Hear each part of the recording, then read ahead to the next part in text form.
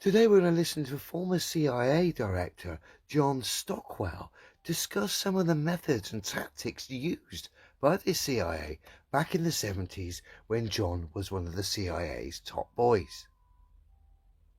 John left because of his disgust at the methods and tactics in which he's going to highlight to us now. This won't be a surprise to a lot of viewers to this channel who are aware of the games at play, but some of the newbies might be quite surprised to see how the mechanism works behind the scenes. So let's have a look.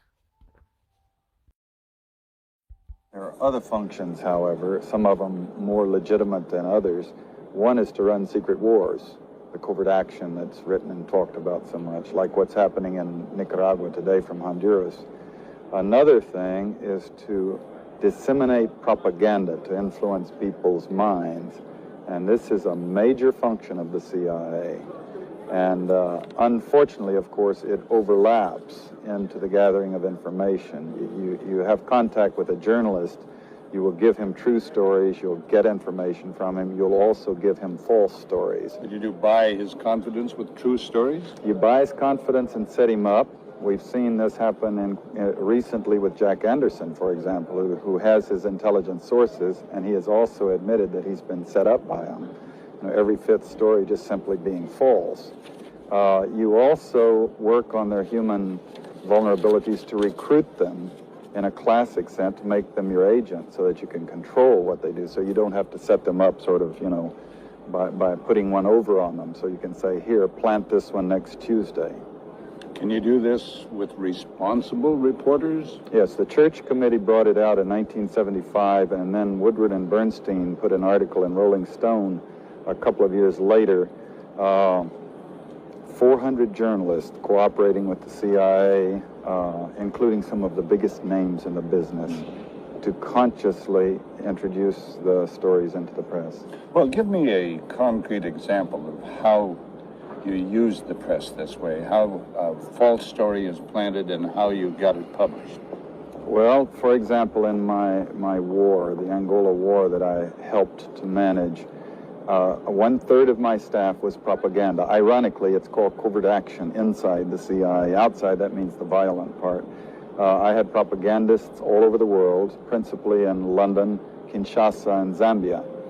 We would take stories which we would write and put them in the Zambia Times, and then pull them out and send them to a journalist on our payroll in Europe. But his cover story, you see, would be that he'd gotten them from his stringer in Lusaka, who had gotten them from the Zambia Times. We had the complicity of the government of Zambia, Kenneth Kaunda, if you will, to put these false stories into his newspapers. But after that point, the journalists, Reuters and AFP, the management was not witting of it. Now, our contact man in Europe was, and we pumped just dozens of stories about Cuban atrocities, Cuban rapists.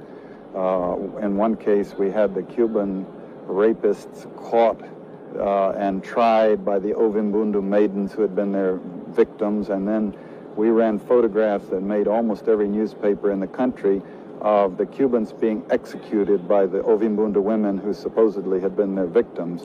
These were fake photos? Oh, absolutely. We didn't know of one single atrocity committed by the Cubans. It was pure, raw, false propaganda to create an illusion of communists, eating babies for breakfast and that sort of totally false propaganda.